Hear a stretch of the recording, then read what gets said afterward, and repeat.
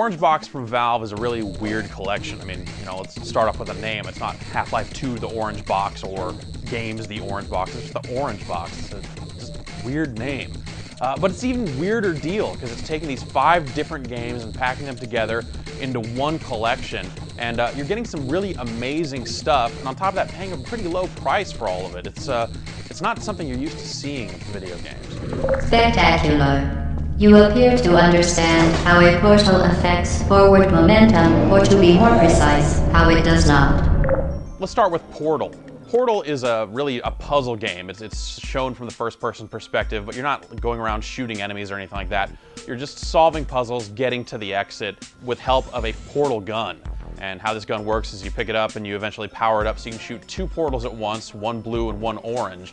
And you can walk through these portals to kind of warp yourself around these different levels. Physics also comes into play, and momentum and force and stuff like that, where you're shooting a portal on the floor and you have another one up high. You'll jump down into the hole, pick up some speed before you hit the one on the floor, and then come flying out the one on the top. And the game really plays off of these different puzzle elements really well to form a really interesting kind of mind-bending game. But what really stands out about Portal in a lot of ways is the writing. The dialogue is amazing. It's one of the funniest games probably ever created. There are a ton of different jokes in the game that I won't really go into too much detail on because they're worth experiencing for yourself. It feels so different from anything else out there.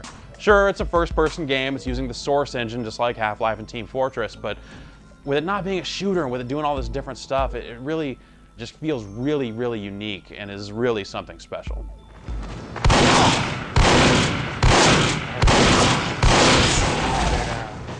Team Fortress 2 is the multiplayer component to the Orange Box, and this is a sequel to a game that was a free mod released a really long time ago. And Team Fortress 2 was also announced a really long time ago. We're talking like 9 years. It's gone through a lot of changes, and what we have here is a class-based multiplayer shooter. You can pick from different types of troops, like the basic soldier who has a rocket launcher, or the scout that runs faster and can double jump. You've got the spy who can disguise himself as the other classes, the medic who can heal other players, the demolition man, the heavy who runs around with a chain gun. So there's a lot of kind of checks and balances to the different character classes, and what you're going to want to play as is going to come down to your own personal preference, as well as kind of the situation that your team's in at that time. If you're trying to play defensively or go out and capture some control points, there's a lot of different things to consider as you work through the 6 maps. But the thing that actually sets Team Fortress 2 apart from the other shooters is its graphical style. The game has a very cartoonish look to it without really being purely cel-shaded. There are 6 maps in all in the game, so you'll feel like you've kind of seen everything there is to see pretty fast, but the gameplay is so addictive that if you're into multiplayer team-based shooters, this one's probably really going to do it for you. It's got a lot going for it, and it's just really slick top to bottom, really well produced.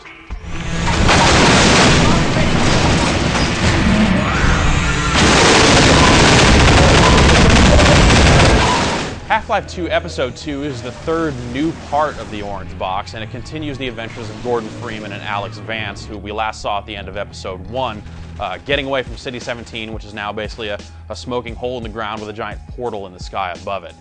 You're still on the run from the Combine and trying to get away into some friendly territory. Episode 2 is probably the best that Half-Life 2 has ever been. The pacing feels really spot on, and it does the things that the Half-Life 2 series has done really well so far. And also, it has a sense of humor to it that Episode 1 and the original Half-Life 2 didn't really have. And really, any game with crate humor in it is really automatically a game you should probably own.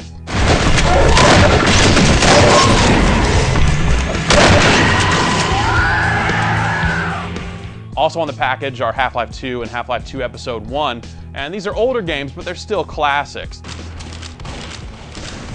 So the Orange Box is out on the Xbox 360 and the PC, if you're trying to decide between the 2 platforms. The differences are more kind of graphical in nature, and it has more to do with the differing power of whatever PC you're playing it on versus the Xbox 360. If you have a modern machine, you can actually save $10 by going with the PC version. But the Xbox 360 version is definitely no slouch either, so you really can't lose with either version of the game. But minor flaws aside, all the 5 games in this package come together to form a really amazing whole. It's something that literally has something for everyone. You're going to find the first-person shooting action that really stands out with the Half-Life games. Team Fortress 2 is going to really do it for that kind of Counter-Strike player in you, the person that wants that multiplayer kind of team-based action. And then furthermore, Portal is just something entirely unique and completely crazy.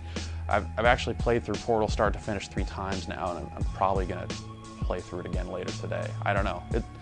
Portal is really amazing. You really need to see Portal.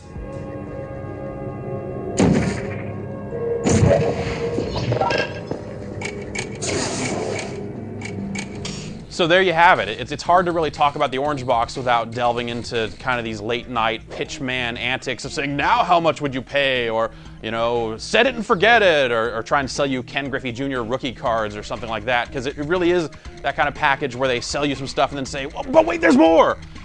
It's ridiculous. Orange Box has a whole lot going for it. And if you're interested in any kind of first-person action whatsoever, there's something on this disc that you're going to like.